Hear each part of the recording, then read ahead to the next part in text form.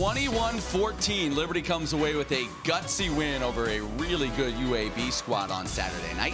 Alongside Joe Yock, I'm Matt Warner. And Joe, I say a really good UAB squad. Uncertainty of the quarterback positions coming in for the Flames. Caden Salter getting his first start, but Liberty did everything they needed to in this one to come away with the W.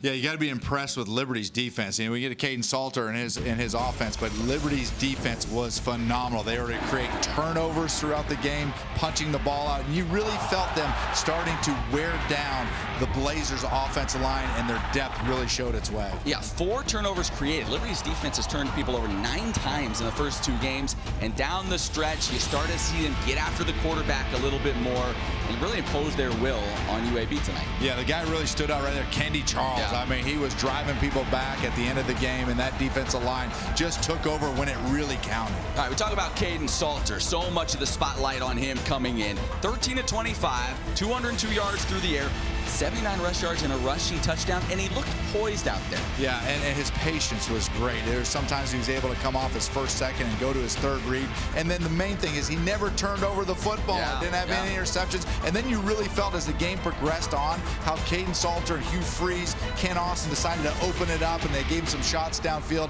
And so you really saw his confidence soar late in the football game.